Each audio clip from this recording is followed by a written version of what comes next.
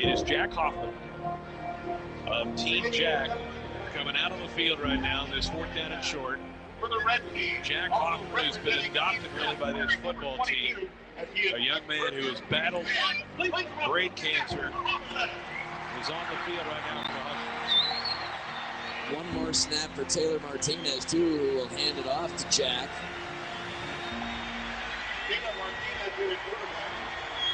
So Taylor gets the shotgun snap, gives it to Jack. Here he goes.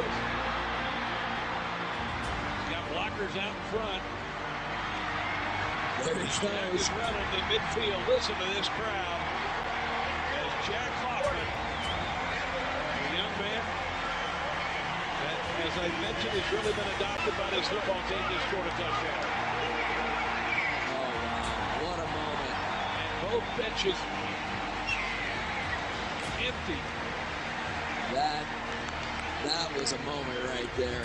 Wow. Goosebumps.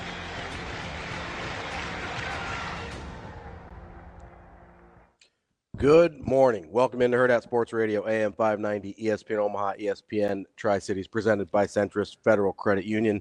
That's DB. I'm Ravi, Lulla. Yeah, it's as obviously I'm sure everybody's heard, and as you get from the intro there, which Shane did a great job on, we got some heavy hearts in Nebraska this morning. Yeah. With the passing of Jack Hoffman. I know it was obviously a very unique experience for you. You were on the BTN call for that one. We heard the Husker Radio Network call there with Sharpie and Matt. But I was kind of curious. We were talking about this a little bit last night. Did they give you a heads up? So the only thing that I knew is that they had something special planned. Okay. And Coach Pelini joked that, I was going to see a new weapon in the backfield. So I thought he was kind of. I took him as being pretty serious. Yeah. And his delivery led me to believe that he was pretty serious, and then you watch it unfold, and you could see it coming out. It was kind of scrambled. Yeah. Like I remember, it's pretty vivid. Yeah. And he's on about, I don't know, 30 or 25. I'm like, shoot, he's got another gear. And the guys are waving him in, and I think when the stadium went crazy, I kind of just I think Gordon was on the call, and I just kind of listened to the crowd for a second. Yeah. And I was like, there truly is no place like Nebraska. Yeah, there really isn't. And, that's kind of one of the coolest things that, watching a couple of the videos yesterday here and the call there is you kind of get this little appreciation for how loud that place got when he scored. And then you kind of look at the crowd and you're like, oh, there weren't a ton of people left. Yeah. And for the noise that they made, you would have thought it was the Tommy Hill pick six against Colorado. So I wasn't there. Like I wasn't in the stadium for that. But I do remember the way I found out about it was I was looking up the box score. I was out at dinner and I was looking up the box score. I was actually at a place that doesn't exist anymore. I was looking up the box score and I'm like, Hoffman? Who's Hoffman? Yeah. Like I had no idea what had happened, right? And so I start kind of getting on Twitter and Googling around. And I'm like, wait, who's this? I'm pretty tuned in with Nebraska football. I'm like, who is this guy?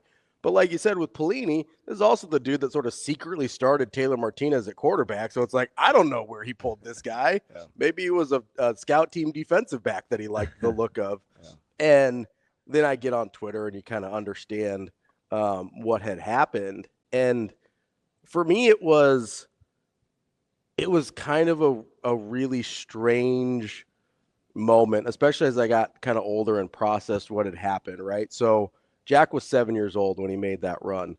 And especially yesterday, I just kept coming back to this thought of how cool it was that his life was unquestionably better because of Nebraska football, right? And that's not something we necessarily talk about a lot even though it's sort of around all of us, like a lot of our lives are a lot better because of Nebraska football, and not because not because they won national championships or whatever, but, maybe Coach Rules talked about this, right? Where it's like maybe, those are the memories you have with your grandpa or your favorite uncle or whatever. You go to Memorial Stadium, right? And for me, it kind of really landed with the Jack Hoffman thing because I was 7 years old when I met Brooke Behringer at a diabetes camp. And that made my life unquestionably better because of Nebraska football and kind of the way I grew up battling something I didn't really understand. And I'm sure, Jack was the same way. I didn't know the Hoffmans personally. Obviously your heart breaks for them, right? But, I just kept coming back to this idea of, like, this is why we care so much, right? It's, yeah, the wins are nice and you want to play good football and all that kind of stuff. But the reason as a state we're obsessed with this thing is because of how much better it can make our lives. And I don't know that there's any better example of that than Jack Hoffman and the Hoffman family. And that's just what I kept coming back to yesterday and this morning as I was thinking about this is we're really lucky to have something like that as a state. Whether it's Nebraska football, Nebraska volleyball, I think has a very similar effect on a lot of us. And we're just really lucky. And I just kept coming back to that. Yeah, just getting a chance. I emceed the gala. Shortly after that, and I think the first year I did it, Jim Kelly was the keynote speaker. Yeah. And at that particular time, I didn't know, like, really the physical shape that Jim Kelly was in. Mm-hmm. He had a really hard time talking and kind of communicating. He just had, part of his tongue removed and kept having to drink water. And we kind of did this sit down and getting a chance to like work with the family. We would have these lunches and we would go over the scripts and they would tweak. And his dad at the time, not that he wasn't always, but has since passed away, Mm-hmm. Was so, like, even in those meetings with going over and the script was thick, right? And I was kind of nervous. And, you know me when it comes to like reading and stuff, I'm like, hey, part of my, oh no, you'll do fine, man. People love it. I'm like, hey, and I just, part of my gift is that I can't read. Mm-hmm. Like, so everything sounds natural. I hope you just, Yeah. just give me a little leeway. And we were eating over at Cunningham's. Yeah. 108th and Old Mill. Jack was there, and he put his hand on my shoulder, and he's like, hey, you got this. Listen. Like, yeah, it's what he said. And so, Jack's just a little guy. And I remember at that time you were talking about Nebraska being better and that. And his dad was like, he's going to play for the Huskers. No, he is. And, his wife and a couple of people that were running the organization, two nice young ladies, were like, talking about speaking it into existence and how he's going to play football one day. And you fast forward a handful of years where he, like, gets some snaps in his high school game, and it was like a story last year and the year before. And I'm just thinking, this kid is incredible. Yeah. And just to think, sometimes, like, the mind is super powerful, right? And sometimes we get in trouble because we think that our thoughts are facts, and sometimes they aren't. Sometimes they're just our thoughts. But when you take it to those powerful places to, like, speak things into existence from a thought and make it a fact, that's when the magic happens. So there's at no point. Number one, I never thought we'd lose his dad before we lost Jack. Yeah. Number two, I just remember kind of like, this guy thinks he's like pep talking me into this booklet that I've got to sift through and kind of is very highly organized, man. It was just like, their attention to detail was incredible. And, just kind of feeling overwhelmed and him being at peace. And he'd meet with me like twice a week. Mm-hmm. I mean, hey, make sure you got everything. Your room's going to be at the here, and you can come down and you can stay the night if you want. And I just remember not wanting to, do him a disservice. Mm-hmm. And in the same vein, not only did that night go okay, right? Mm-hmm. He played. Like Jack played. Yeah. He played high school football. Yeah. And I'm like, that thing started with a thought. Yeah. And, Jack's busy scrambling through his chicken fingers, just kind of laughing, yeah, I'm going to play. And, no, just the lives that he changed. I mean, he's got the unique relationship with Rex, K. Beasy, Kenny Bell, those guys. We're down on the sidelines, and I go down to do some interviews, and just their affinity for him, and he meant as much to that team, I think, as the team. Oh yeah, meant to him. Yeah. So I think that's why the outpouring of just the family's resilience and perseverance all kind of came to a head yesterday. Mm-hmm. You know what I mean? So, again, not all thoughts are facts. But I think that's important. But when you make things factual based on a powerful thought, it's incredible. Yeah, kind of to your point there about the team, or him meaning as much to the team as the team did to him. I believe it was a Husker Radio Network interview when Taylor Martinez got inducted into the Nebraska Hall of Fame. Was it last year, I think?